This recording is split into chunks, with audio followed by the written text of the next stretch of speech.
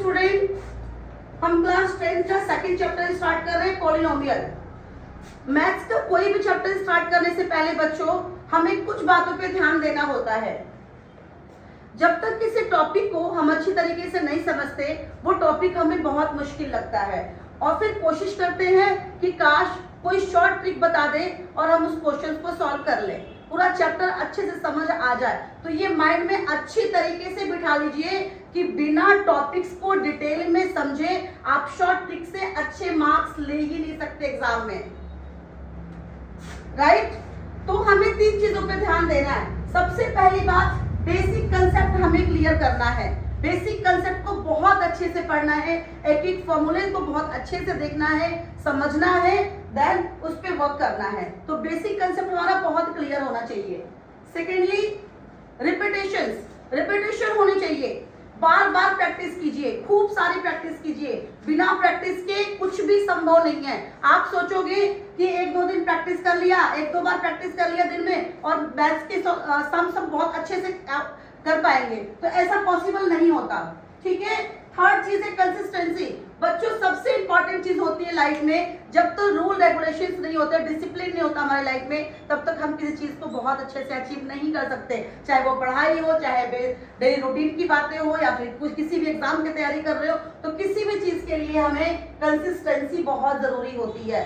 2 दिन, 4 दिन, 5 दिन आपने पढ़ाई की, छठे दिन आप गायब हो गए कि हमें तो मैथ्स बहुत अच्छे से समझ आ गई। तो माइंड में बहुत अच्छे से सेट कर लो बच्चों कि विदाउट कंसिस्टेंसी आप किसी भी सब्जेक्ट को बहुत अच्छे से नहीं समझ पाएंगे, राइट? देन हम लोग स्टार्ट करते हैं पॉलिनोमियल।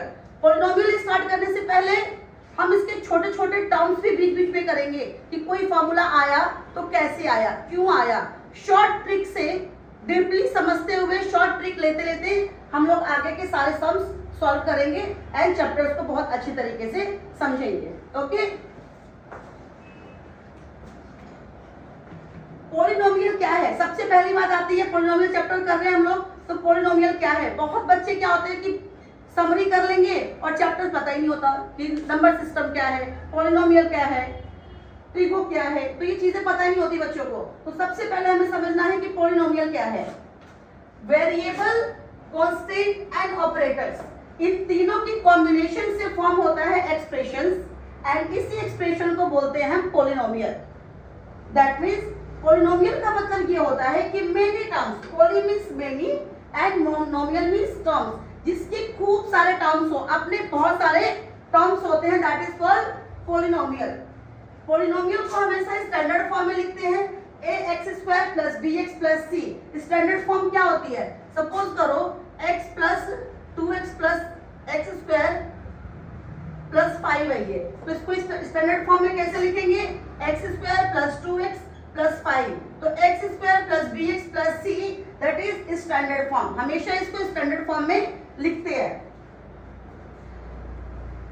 अब कौन से टर्म्स पॉलिनोमियल नहीं होंगे? जिसकी पावर माइनस में होगा और फ्रैक्शंस में होगा, वो एक्सप्रेशन आपका पॉलिनोमियल नहीं होता है। फॉर एग्जांपल x की पावर -2 + 5x + 6 एंड x की पावर 1/2 + 5x + 7, ये आपका पॉलिनोमियल नहीं होगा, बिकॉज इसकी पावर माइनस में है और इसकी पावर क्या है? फ्रैक्शन में है। तो जिस एक्सप्रेशन की पावर माइनस में हो, फ्रैक्शंस में हो, that is not a polynomial, right बच्चों? अब पॉलिनोमियल में कौन कौन से टर्म्स आते हैं? अब हमें चैप्टर समझने से पहले टर्म्स तो पता होने चाहिए ना कि टर्म्स कौन कौन सी होती है। तो फर्स्ट होता है नंबर, सेकेंड आपका पावर्स आता है, constant and variable and operators. अब यहाँ पे नंबर आपको क्लियर होगा, नंबर क्या होता है, पावर्स बता रही मैं आपको, ये 3x² + 13x + 4, ये एक इक्वेशन है हमारे पास। इस इक्वेशन में ये सारे टर्म्स हम समझेंगे कि किसको क्या बोलते हैं। नंबर्स आपको पता है, नंबर क्या होते हैं? पावर्स क्या होते हैं? ये जो डिग्रीज होती है, 3x², 4x की पावर क्यूब, 4x की power 4, that is degree, power, okay? And इसके साथ जो नंबर मल्टीप्लाइड में आते हैं उसको हम बोलते हैं कोफिशिएंट। जैसे कि 5x² है तो x² का कोफिशिएंट क्या हो जाएगा? 5। 2x है तो x का कोफिशिएंट क्या हो जाएगा? 2। तो कोफिशिएंट क्या है? जो इसके साथ मल्टीप्लाइड नंबर होता है, दैट इज कोफिशिएंट। नेक्स्ट है आपका variable variable and constant value कौन सी होती है? वेरिएबल होता है जिसकी वैल्यू कभी भी चेंज होती रहती है। किसी क्वेश्चन में x की वैल्यू 2 आती है, किसी क्वेश्चन में x की वैल्यू 10 आती है, किसी क्वेश्चन में x की वैल्यू 100 आती है। तो जिसकी वैल्यू बार बार चेंज होती है that is variable value. Constant value क्या होती है? जैसे कि 5 हो गया, 8 हो गया, 10 हो गया, कुछ भी हो गया। तो इस तरीके से क्या होता है कि जिसकी वैल्यू कभी चेंज ना हो, कांस्टेंट है, फिक्स है, उसकी जगह किसी और वैल्यू को हम रिप्लेस नहीं कर सकते, दैट इज कांस्टेंट वैल्यू। तो कांस्टेंट एंड वेरिएबल क्लियर हो गया, कोएफिशिएंट क्लियर हो गया। अब आई बात समझ ऑपरेटर्स। ऑपरेटर्स क्या है? ऑपरेटर्स में जो साइन हम लोग लगाते हैं एक्सप्रेशंस के बीच में, x प्लस माइनस जो भी साइन होता है that is operators. Numbers, powers, constant, variable and operators, ये सारे टर्म्स क्लियर हो गए आपको। तो बच्चों हमने पॉलिनोमियल्स की डेफिनेशन समझ लिया, उसके टर्म समझ लिया, कौन से एक्सप्रेशंस पॉलिनोमियल होती है, कौन से एक्सप्रेशंस पॉलिनोमियल नहीं होती है। तो यहाँ पे कुछ एक्सप्रेशंस लिखे हैं मैंने, √5 + 3 एंड x की पावर -2 + 4x + 2 एंड x की पावर 1/2 + 4x + 7। ये पॉलिनोमियल है ये एक्सप्रेशंस या नहीं है? कमेंट बॉक्स में लिख के बताइए ये पॉलिनोमियल है या नहीं है। हमारे पास टर्म्स क्या थी कि जिसकी पावर नेगेटिव होती है एंड फ्रैक्शंस में होती है वो पॉलिनोमियल नहीं है। तो क्या ये पॉलिनोमियल होगा या नहीं होगा? देन आगे चलते हैं। There are 2 types of polynomial on the basis of terms and on the basis of degree. Polynomial को दो पार्ट में डिवाइड करते हैं, बेसिस ऑफ टर्म्स, टर्म्स के बेस पे एंड डिग्री के बेस पे। टर्म्स के बेस पे there are 3 types of polynomial, monomial, binomial and trinomial. Monomial having one term, जिसमें एक ही टर्म होती है। फॉर एग्जांपल 6y² + 5x 10 कुछ भी जिसकी एक ही टर्म हो, containing one non zero term, that is monomial. Second है आपका बाइनोमियल। बाइनोमियल मींस जिसकी 2 टर्म्स है, हैविंग 2 टर्म्स, 4x + 7 2x + 5। जैसे ही यहाँ पे ऑपरेटर साइन का यूज करते हैं, ये आपके 2 पार्ट में डिवाइड हो जाता है, यानी कि 2 टर्म्स में ये एक एक्सप्रेशन डिवाइड हो जाता है। समझ आ गई बात? थर्ड है ट्राइनोमियल, हैविंग 3 टर्म्स, जिसमें 3 टर्म्स हो, 3 टर्म्स होगी तो इसमें एक्सप्रेशंस कितने ऑपरेटर्स कितने होंगे? 2 होंगे, plus and plus, plus minus, minus minus, कुछ भी हो सकता है। तो जिसमें 2 साइन आता है वो अलग अलग 3 पार्ट्स में क्या हो जाता है? डिवाइड हो जाता है। That means 3 terms having 3 terms, that is called trinomial. Okay? And on the basis of degree, degree के बेस पे पॉलिनोमियल को 3 टाइप से डिवाइड कर सकते हैं। फर्स्ट है आपका लीनियर। लीनियर में क्या होता है? Having 1 degree. डिग्री कितनी होती है? 1 होती है। पावर जो होती है 1 होती है। For example 2x + 3, 2x + 3, 2x + 3, x की वैल्यू कितनी है? जो वेरिएबल है इसमें x, उसकी पावर कितनी है? 1 है। ये अंडरस्टूड होता है कि कुछ भी ना दिया हो वेरिएबल में तो उसकी पावर क्या होती है? 1 होती है। यहाँ पे z हो गया, 5y हो गया, तो 5y की पावर क्या है? यहाँ पे 1 है। ये अंडरस्टूड होता है। तो जिसकी डिग्री 1 हो, जिस एक्सप्रेशन की डिग्री 1 हो, वो क्या होता है? लीनियर। सेकेंड है क्वाड्रेटिक इक्वेशन। क्वाड्रेटिक में क्या होता है कि जिसकी डिग्री 2 हो, जिस एक्सप्रेशन की डिग्री 2 हो, x² + 9x + 4, x² की वैल्यू क्या है इसमें? 2 है, पावर क्या है? 2 है। तो ये क्या हो जाएगा आपका? क्वाड्रेटिक। क्यूबिक पॉलिनोमियल जिसकी डिग्री 3 हो, हैविंग डिग्री 3, तो x की पावर क्यूब 2x² + 5x + 7, इसको स्टैंडर्ड फॉर्म में लिखते हैं हमेशा, that is cubic polynomial.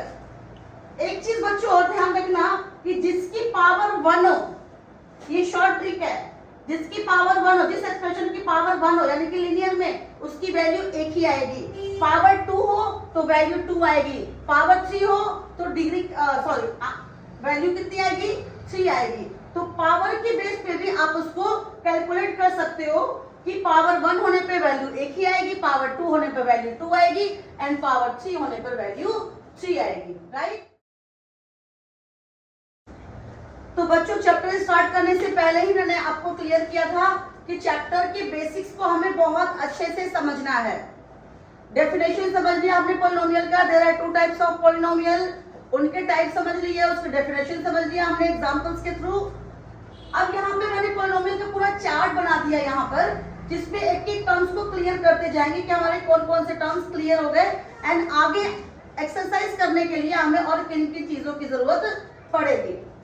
First है chapter and coefficient of polynomial in one variable. Variable clear है, कांस्टेंट किसे कहते हैं वो क्लियर है, अलजेब्रिक एक्सप्रेशन, ऑपरेटर्स किसे बोलते हैं, ये सारे टर्म्स आपके क्लियर हो चुके हैं। ठीक है, degree of a polynomial, highest power of variable is called degree. Highest power जो होती है उसको क्या बोलते हैं, डिग्री बोलते हैं। फॉर एग्जांपल 2x की power 4 minus 6x³ plus 4x plus 1, कोई भी इक्वेशन ले लीजिए इस फॉर्म में, जो हाईएस्ट पावर होती है उसको क्या बोलते हैं, डिग्री ऑफ अ पॉलिनोमियल, जो पहले भी क्लियर कर चुके हैं। थर्ड है फैक्टराइजेशन ऑफ अ पॉलिनोमियल। इसको करने से पहले ये भी देखते हैं कि क्लासिफिकेशन ऑफ पॉलिनोमियल जो हमने कर लिया है, on the basis of terms and on the basis of degree. Monomial, binomial, trinomial ये भी क्लियर हो गया, लीनियर, क्वाड्रेटिक, क्यूबिक ये भी क्लियर हो चुका है हमारा। तो ये टॉपिक एंड दिस टॉपिक, ये तीनों टॉपिक्स हमारे क्या हो चुके हैं, क्लियर हो चुके हैं। आगे की एक्सरसाइज करने के लिए हमें इन दो टॉपिक्स को और अच्छे से समझना है। फर्स्ट है आपका algebraic expression. Algebraic expression means कुछ आइडेंटिटीज आती हैं इसमें, और वो आइडेंटिटीज क्या होती है, यूनिवर्सल ट्रूथ होती है, जिसको हम चेंज नहीं कर सकते, उसकी वैल्यू को रिप्लेस नहीं कर सकते। ठीक है, तो ये क्या होता है, यूनिवर्सल ट्रूथ, राइट। आप बचपन से करते आ रहे, 6th-7th क्लास से आप करते आ रहे, x प्लस वाई का whole square, x square plus y square plus 2x plus 2xy।